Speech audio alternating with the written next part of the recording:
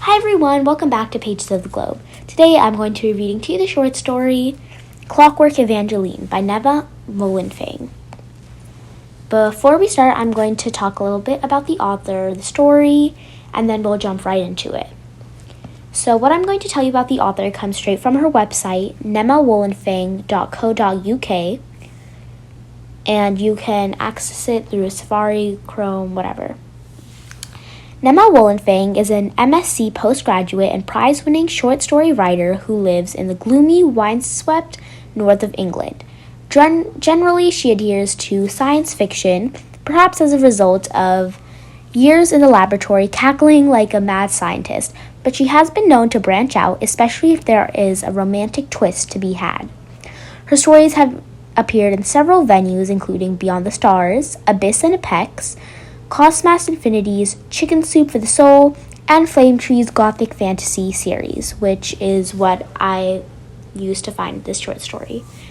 She is a recipient of the Speculative Literature Foundation's Working Class Writers Grant for her in-progress novel and can be found on Facebook, Twitter, and her Amazon author shelf, which I will link below for you. Now, the story Clockwork, Evangeline is Nemma's prize-winning story.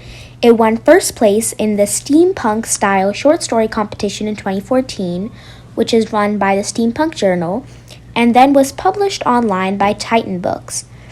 It was her first ever published short story, and now she's currently developing it into a fully fledged novel.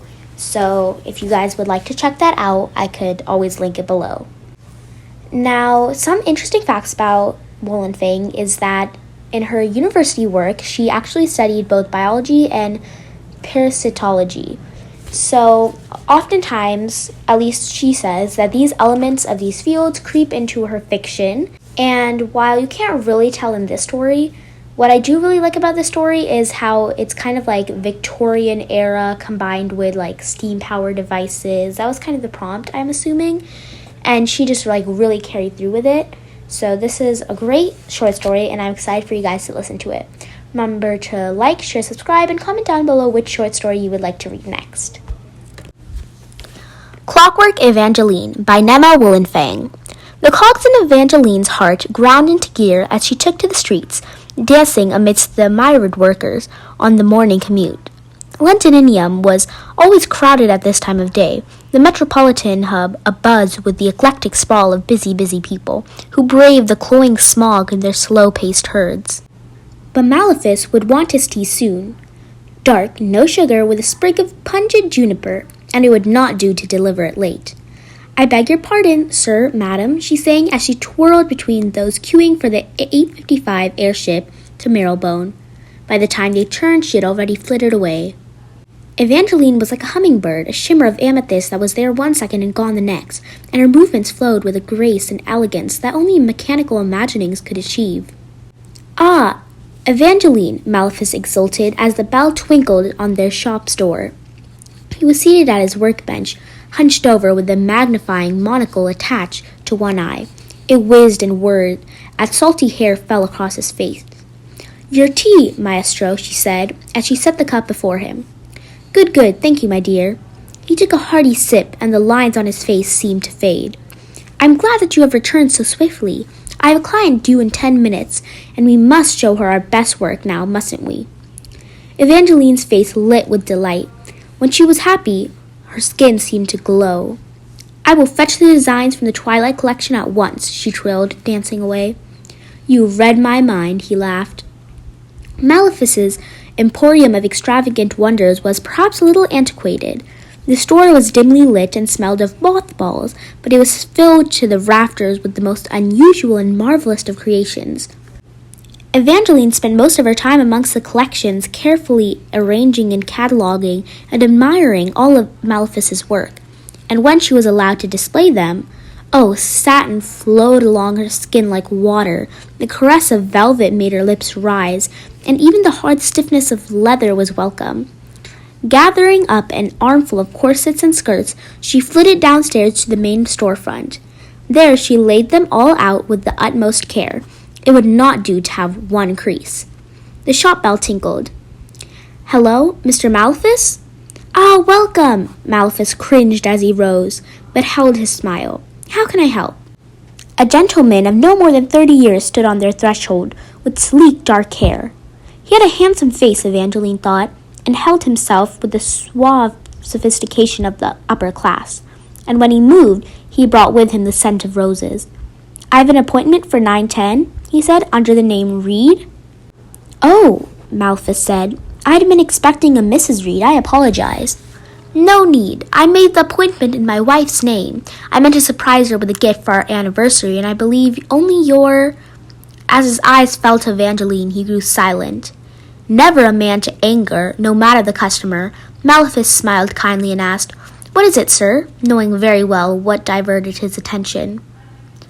"Oh, forgive me," Mr. Reed stated. "It's just I have not encountered a clockwork angel before, let alone one so beautiful." Malthus smiled. "Evangeline, come meet Mr. Reed."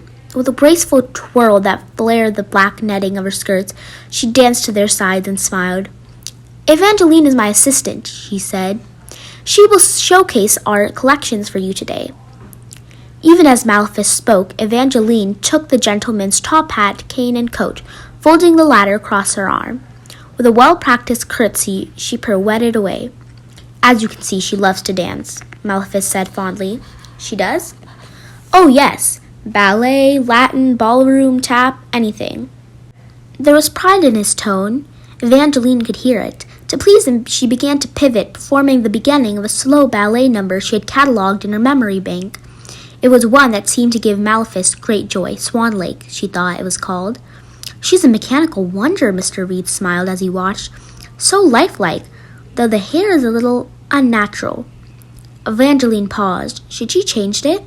She could with a thought, but she liked the icy white of her straight hair. It shone like the moon. The length of it darkened into lilac and then blue, until the tips were midnight black. But if a customer disliked it— Malthus frowned. "Evangeline makes her own aesthetic selections. I like to encourage her creativity." "How fascinating." "I meant no offense," Mr. Reed assured, eyeing her curiously. Then, with the exaggerated slowness one would use with a child, he said, "It is lovely, and matches your violet eyes so perfectly." To Malthus, he added, "You struck luck when you acquired this one. Only a few were issued of her prototype. I tried to acquire one myself, but alas—" The way he looked at Evangeline with such blatant longing unnerved her a little, and the happy glow of her skin dimmed. "Well, shall we?" Malthus offered Mr. Reed a seat. "Evangeline, if you would." The glow returned. The dresses! For the next hour she paraded before them in the best of Malthus's collections. Satin and silk, velvet and corduroy, from earthy moss and rich cocoa to poppy scarlet and the jet black of a beetle's shell. Cross-linked with chains draped over the magenta black brocade, Malthus was saying. "An exquisite piece, sir, Evangeline." He gestured her to spin. She did as he bid, allowing the fine fabrics to swish and rustle. She loved the sound his materials made, music to her ears. "The overbust corset next, if you would. Evangeline, the one with the detachable jacket and belt in tanned leather. Genuine bovine, I assure you, sir."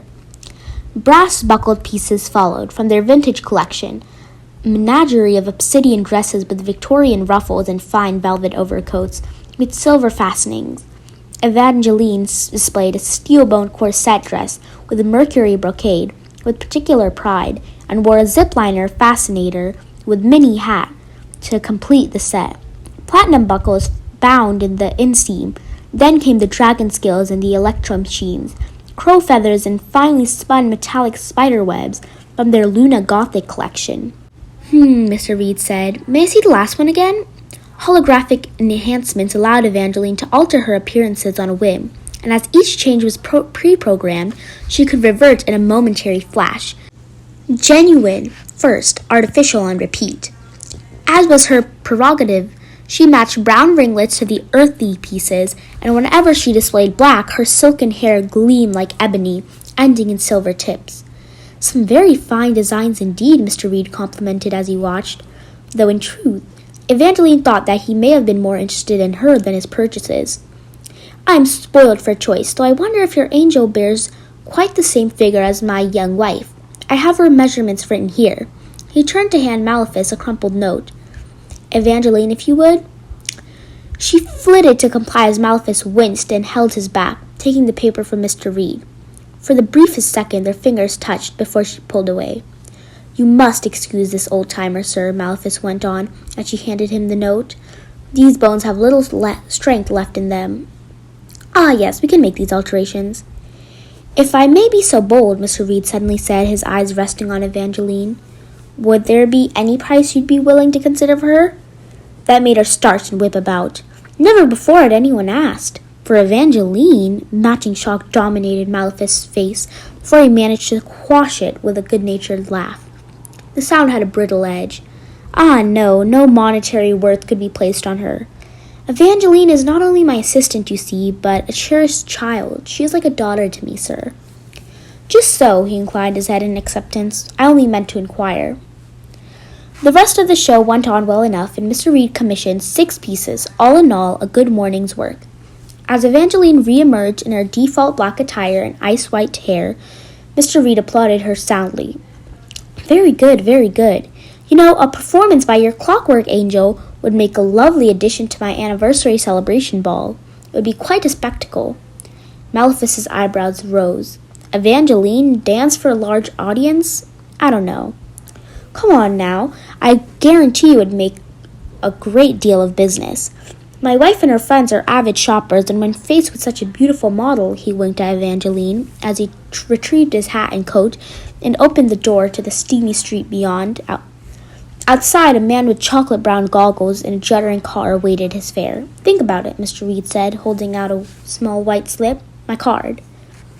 Malphus took it from his ivory-gloved hands, but as the gentleman left and Malphus frowned down at the card, he missed the way Mr. Reed's eyes lingered on Evangeline.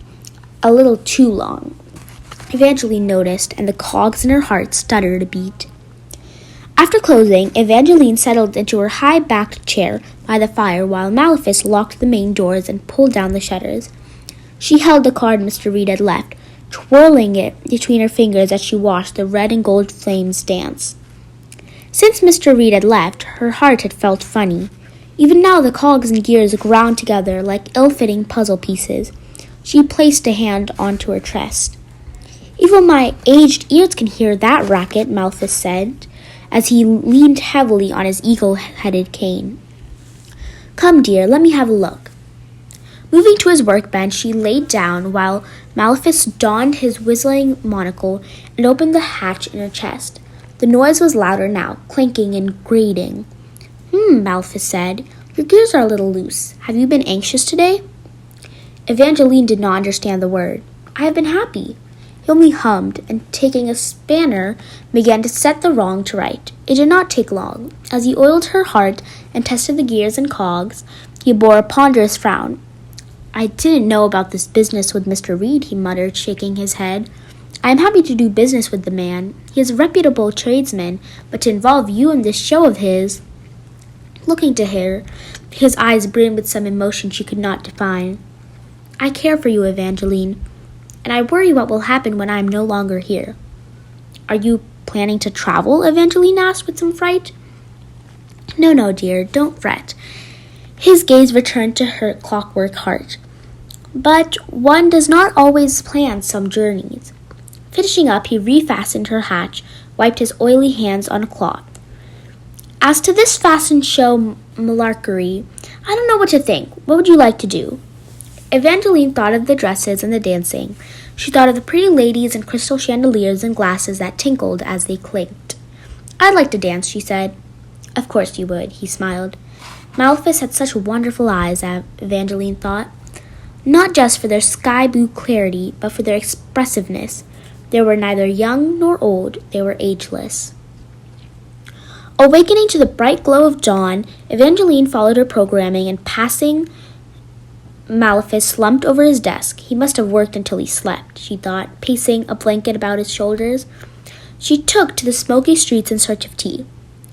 "Dark, no sugar, with a sprig of pungent juniper," she muttered as she danced. The day was fresh and clear. A steam engine whistled as she passed over its bridge, and she was soon returning to Malphus's emporium with his drink. The bell tinkled as she entered, but he did not awaken. Very tired indeed, perhaps. The tea fell to the floor. Dark brown stained the rug. His skin was pale, too pale, and to the touch cold. Evangeline blinked, uncertain, but there was no disputing her system summary. Her programming was faultless. For the rest of the day she stood before him, neither moving nor speaking, as the tea dried to a sticky tar, not daring to utter his name.